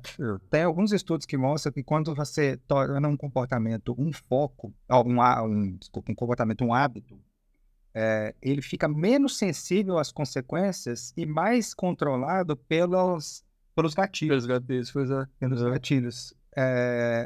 Ou seja, você está numa situação, se você sempre faz alguma coisa na mesma hora, no mesmo dia, no mesmo ambiente, quando você chegou esse momento, essa hora, você tem uma alta tendência a se comportar daquela forma independentemente dos ganhos que você vai produzir, imediatamente, você inicia Faz muito o sentido. caminho. Então, ele te rompe essa inércia comportamental, te coloca, que rompe essa barreira da procrastinação inicial, que é o iniciar por hábito, né? A gente só popularmente fala, não, fiz por hábito. Mas por que você fez? Ah, nem tô fazendo por hábito. E parece que eu nunca estudei isso do ponto de vista Faz todo sentido. mas o que eu li era exatamente isso, que o próprio hábito ele passa a ser menos afetado por consequências, mais por antecedência, pelos antecedentes, pelos gatilhos. Tem esses modelos, tem o Rangel, que ele faz estudo, que tem um artigo que ele discute esse modelo de decisão baseado em valor, né? Então ele fala que nossas decisões, mesmo de fazer coisas, se baseiam no valor dessas ações, né? Ou daquele estímulo que você vai, né? Sei lá, comer, pegar, fazer. E aí ele diz que esses modelos de decisão baseada em valor ele divide em alguns subsistemas. Então tem um sistema mais que chama de pavloviano, que é mais questões fisiológicas, né? Então o valor de comer você já nasce com isso, o valor de defecar, né? O valor de buscar um lugar quente, são questões fisiológicas muito básicas. Você não precisa aprender que isso é bom. Já está escrito ali no seu corpo, né? Já nasce com essa coisa já básica. E aí ele fala dos valores do hábito e os valores orientados à meta. O do hábito é isso, você aprende que uma coisa é boa, você nem está pensando sobre as consequências, você aprende porque aquilo, pela experiência, é bom. Escovar o dente. Tipo escovar o dente. E quando é orientado à meta, não, você está precisando pensar nas consequências. Só que se as consequências são a longo prazo, e o problema da procrastinação, porque são decisões intertemporais, né? Você tem alternativas muito distantes e outras muito próximas. A capacidade de você conseguir prever ou antecipar qual seria a recompensa de uma coisa muito distante é muito menor. Eles chamam de uns processos chama de anedonia temporal. Coisas muito longe, elas perdem brilho, perdem. A gente só consegue ver coisas muito próximas a nós. E aí A gente chama de desconto pelo atraso. Desconto pelo atraso, exatamente. Então esse desconto pelo atraso seria exatamente essa incapacidade de ter uns modelos bem legais, que é coisas muito abstratas, a gente não consegue visualizar muito bem, né? Então, incerto, abstrato, distante. Isso. Imagina Baixa probabilidade. Quantas coisas na nossa vida é assim. Exato. Estudar agora e de jogar videogame para você ser alguém na vida. Exato. Falar isso para um adolescente. Pois é. Isso é distante, incerto, abstrato. Não vai ter feito nenhum sobre a ação. Cara. Aí vai falar assim, não, mas ó, se eu jogar bem aqui, eu vou virar um grande streamer. E aí eu vou pagar a casa de você. E o pior é que tem um ou outro que consegue. Um ou outro, que a maioria não paga nada, né? Exato. Nem consegue virar Nem consegue. Virar jogador de futebol. Mas é o que tu falou, então assim, na mesa de opções do valor dado, a opção que é tardia vai ser a última, né? Porque assim, de coisas imediatas são muito mais interessantes. E o hábito não, o hábito é um outro subsistema. Então você tem... São sistemas distintos. Eles têm algumas áreas. O sistema de recompensa sempre... Sai do sistema de recompensa e vai para o Não, ele tem recompensa ainda, mas a forma que o sistema de recompensa é interessante porque é uma área associativa do cérebro, ele recebe informação de vários outros sistemas. Então, áreas envolvidas com questões emocionais, de previsão de questões temporais, né? Então, o córtex, o parahipocampo, por exemplo. Então, você tem sistemas envolvidos com questões do custo da ação, né? Seja o custo das consequências ou questão até biológica de quanto gasta energia e tal. Então, ele integra tudo isso de emoção, de experiência, de memória, de coisas afetivas, para dar um valor relativo de alguma coisa, né? E o hábito, ele tem que... o valor do hábito é muito mais forte e básico, que não tem muita ideia de coisas que eu vou ter que antecipar ou pensar sobre. Já é inerente, meu. Você aprendeu pela experiência, já que é meu gatilho, é isso. E você precisa, né? O hábito, né? Quando você fala de hábito, a gente está estabelecendo uma relação entre uma ação e um momento. Exatamente. Um ambiente. Exatamente. Ou uma outra ação sua. Que tá dando gatilho. Eu tenho o hábito de fumar depois que eu como. Eu tenho o hábito... Né? Então, a gente situa, e aí comeu, já era, não importa que consequência, eu vou fumar. Vai fumar o cigarro, Tu tá lembrando disso ainda, né? Cara, e tem um negócio que eu acho que é importante, que é as pessoas, às vezes, como é que eu crio hábito, né? Então, por exemplo, quero fazer exercício físico, quero criar hábitos mais saudáveis, quero parar de fumar, quero fazer exercício físico, quero fazer uma dieta, sei lá. E aí muitas vezes você quer que isso se transforme em um hábito. Claro. Mas aí parece que tem esse problema, né? Porque você começa hoje, só que, cara, é lá na frente que eu vou ver resultado. Vai virar hábito, não vira agora. Exato, não vira agora. Parece que esse processo é muito difícil, né? O que vocês pensam que dá pra fazer em relação a isso? Cara, na academia eu comecei a malhar, eu tinha 14 anos. Aí eu ia uma semana, 2, achava muito chato. Uma solução boa e prática é você falou de causar esse emparelhamento de hábitos aí com os amigos. Então, sair com amigos é bom. Se você começa a ir com amigos para academia, você começa a ter essa relação de que, pô, tá sendo bom. Até o ponto que os amigos saíram, eu fiquei sozinho. Só que eu já estava acostumado na academia, comecei sozinho e criei o hábito de ir para academia com ou sem amigos, né? Então, foi essa técnica de... Eu acho que esse é um bom jeito social, né? Uma rede de suporte social para te ajudar a estabelecer hábitos, fazer junto com você certas coisas. Eu comecei a pedalar exatamente da mesma forma, com um amigo que me incentivou, e aí eu só ia de manhã porque eu combinei com ele, domingo, 5h30 da manhã, para sair para pedalar. Cara, dava 6 horas, dava 7 horas, 8 horas da noite de sábado, eu já falando, mano, não vou acordar amanhã. Não vou fazer isso e tal. Aí eu mandava uma mensagem pro cara e falava, cara, bom, vamos pular essa. Aí ele falou, vamos lá, cara. Já combinamos, 5h30 da manhã eu passo na sua casa. Ah, tá bom, vou. Eu gostei também. Bom, não, e aí 5 minutos depois você sai de casa. Que você maravilha. Tá animado, né? Você tá felizão ali e tal. O negócio é sair. E eu acho que é isso. E aí foi criando oportunidades de fato eu entrar em contato com os efeitos da pedalada em mim, no prazer imediato de estar pedalando. Primeiro os primeiros 20 quilômetros ali sofri, depois você entra num estado de, sei lá, Falou. né, e aí, né, bem-estar, né, sente melhor com o seu corpo, aí você vai contactando o efeito e vai gerando o hábito. Então acho que esse suporte é importante. É importante. O ser humano é social, né, bicho? É. E acho que também é essa persistência, né, também, acho que é isso, porque você tem aquele perigo iminente de nunca querer ir para pedalar, por exemplo, mas você persistiu, né, e aí naturalmente vai acontecendo essa vontade, inclusive quando eu começava a malhar há muito tempo, o fato de eu não ir para academia me causava sofrimento, cara. Tem isso com pedal também, não, depois, né? Você fica mal, né? Você se culpa. Você se culpa, cara. Tô te falando, cara, agora eu preciso realmente voltar. Tu tá se culpando já também. Se perdoa, a gente aprendeu sobre o perdão na aula de hoje. E eu acho que isso tem um negócio que é interessante, que é, às vezes, por exemplo, você começa uma dieta, aí você... Jaca, acabou, cara, não consegui comer o que eu tinha planejado da dieta, comi tudo errado. Tem gente que desiste de uma vez, né? Tipo ir na academia ou pedalar, falar, não fui no domingo lá, que o meu amigo me chamou e tal, não vou mais. E esse é o problema, assim, não, você vai tropeçar. Só que ser flexível, tem um grau, né, uma margem de flexibilidade. Você vai tropeçar, e aí acho que é importante no dia seguinte você tá ali, né, e voltar. Faz sentido? Faz. Eu acho que isso é uma boa coisa. Você está querendo estabelecer um novo hábito, começa pequeno. Né, e cria flexibilidades, assim, né? Ou seja, eu não posso falar, agora eu vou para academia 5 dias na semana. 5h30 da manhã. Se você começar a furar e não conseguir mais cumprir a sua meta, que é o que o Henrique falou. Aí cai já dá outra... Desculpa, dá outra eficácia, tu falou. Aí pronto, você fala assim, eu não presto pra porra nenhuma, não passa... Imagina, se a sua meta for para academia 7 dias por semana. Se já não foi um dia, você já perdeu a semana inteira. Você não precisa nem ir no resto. Exatamente. Já foi perdida. Já posso abandonar. Mas uma coisa, Henrique, que eu queria falar desse tipo de foco, né? De manter o foco numa persistência, numa tarefa não, num projeto, né? Num hábito, alguma coisa.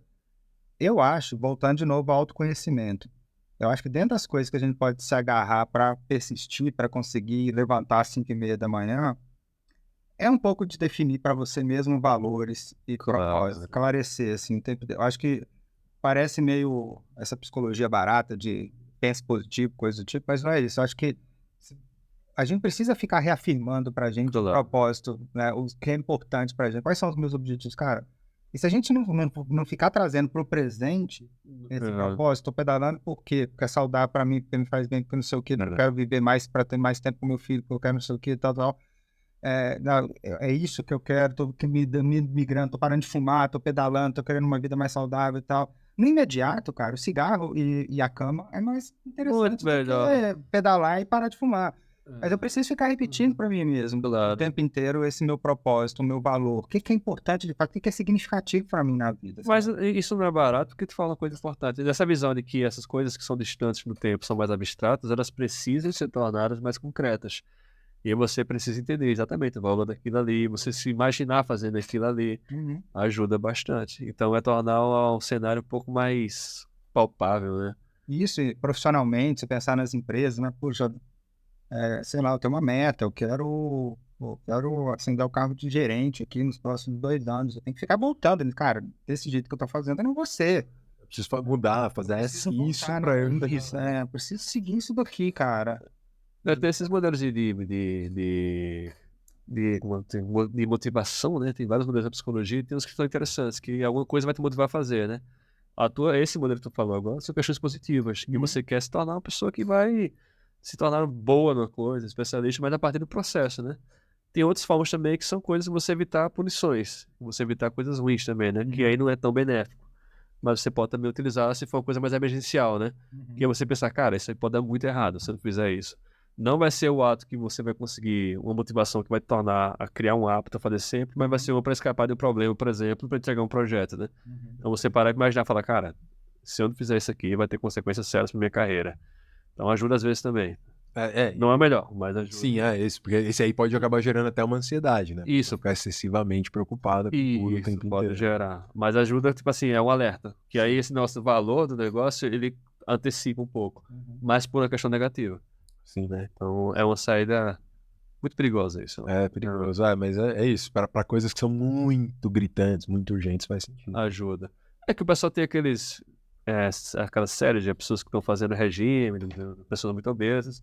E tem uma que passava no... Qual era o nome do negócio? Sei lá, Discovery Health, Home Health, sei lá. E aí tem um que era um médicozinho baixinho, cara, o cara meio italiano, e chegava a pessoa obesa lá, tal, eu quero fazer isso. E ele falava, olha, fez os exames e se você não fizer, você vai morrer. Em 6 meses você vai estar morto. Sua família vai perder você, seus filhos. Ele criava um cenário tão... E acabava pra muita gente criando motivador, porque o valor que dava aquele cara, eu vou morrer, né? Tem um valor. E é interessante, olha o que ele vai fazendo. Ele vai colocando assim, ó, tua família, os teus filhos, você vai perder acesso a isso. Né? Ele vai trazendo várias outras coisas do presente que ele vai perder, não só o que tá acontecendo. Só que se ele fizer isso, ele tem que criar uma forma de... Beleza, eu vou colocar você na academia, mas é junto com a galera. Então ele não dá só o susto. Se for só o susto sem nada, ferrou. Sim. Aí você vai criar ansiedade e o cara acaba não indo e fala, vou morrer mesmo, não presta pra nada. Mas se você criou o SUS para dar valor e você usa isso, pegou para fazer então... É para dar o primeiro passo. Isso, aí juntou com a galera, com os amigos, de motivação. Aí não é à toa que o AA funciona, né, exatamente por conta dessa rede de compromisso que se estabelece socialmente, né? Para as pessoas conseguirem persistir e manter ali dentro de um propósito ali. Que é compartilhado. Alcoólicos Anônimos. Só pra... E também se o cara falhar nisso, fica até tipo assim, pô, você tá com ele tá conjunto. Ele tá conjunto, e ele também às vezes faz para... Um cara que eu atendi, que estava prestando concurso para diplomacia e tal, já tinha um tempão que ele estava já atingindo todas as metas que a gente definia junto, ele já estava definindo as próprias metas, estava fazendo e tal. E aí um dia eu falei, cara, acho que você pode seguir sozinho, né? Tá indo muito bem, você tá cumprindo a meta. Ele falou, de jeito nenhum, se eu não tiver que vir aqui sexta-feira te contar isso tudo, eu não vou fazer. Hoje eu tenho vergonha de chegar aqui e falar que eu não cumpri, que eu falei. Eu vou continuar aqui até eu passar esse concurso. É importante. Eu tô com desse. Né? Na hora que ele ouvir, ele vai. Ele, inclusive, procrastina ouvindo. Parabéns. Muito bom. Gente, a gente vai ter que encerrar o episódio de hoje, mas queria saber, vocês querem deixar algum recado pra alguém aí, falar alguma coisa, pra finalizar, ou uma frase de efeito, ou onde é que encontra vocês, caso gostou de vocês e quer conversar, alguma coisa assim, caso o pessoal tenha... Vocês podem me encontrar nas redes sociais, mas eu nunca respondo. Nunca escrevo nada, eu sou um voyeur nas redes sociais. Então, mas depois eu deixo meu e-mail na descrição lá do blog, não sei. Mas eu queria falar só, acho que terminar com uma síntese um pouco do que a gente falou. Acho que, sejamos falando de foco, de procrastinação, eu fecharia com aquilo que a gente conversou antes. Autoconhecimento e autocompaixão é importante nesse processo. Acho que tenta entender do que você está fugindo quando você está procrastinando. É a natureza da tarefa, são as emoções que surgem naquele momento, são os pensamentos que te atravessam tal, é quem vai ver. Tenta entender, se auto-observe, tenta ver, examinar essas emoções que estão surgindo. Muitas vezes elas são informativas do tipo de problema que a gente está enfrentando, muitas vezes não elas são, né? E autocompaixão. Eu acho que você vai falhar no processo de tentar não procrastinar. E a chance de você conseguir permanecer nesse processo é você se perdoar, como ele falou. Isso foi legal. Foi a lição, também teria essa lição do perdão e É um dia por vez, né? Devagarzinho a gente consegue. Pra me achar, acho que deve ter os contatos, né? Lá no... Sim, Deve ter a gente coloca lá procura no lá, LinkedIn, põe lá. no Marquês, estamos lá também. Obrigado pelo convite, hein? Obrigado. Prazer conhecê-lo também, muito bom, hein? Legal. Boa, gente, brigadão. Então, valeu e espero que vocês voltem uma próxima vez aí que a gente convidar. Boa, legal. Tá bom. Bom, pessoal, no episódio de hoje a gente discutiu procrastinação. Não se esqueçam que todos os episódios do Pareamento estão disponíveis no YouTube, no Spotify. A gente tem cortes no YouTube, nas redes sociais, no Instagram, TikTok. Várias dessas coisas que a gente descreveu que roubam a atenção das pessoas. E vocês também podem encontrar a gente nas maiores plataformas de podcasts, né? Como o Apple Podcasts, o Google Podcasts, enfim, tudo isso. Se você ainda não curtiu, não compartilhou esse episódio, por favor, faça isso agora e a gente se vê no próximo. Um grande abraço.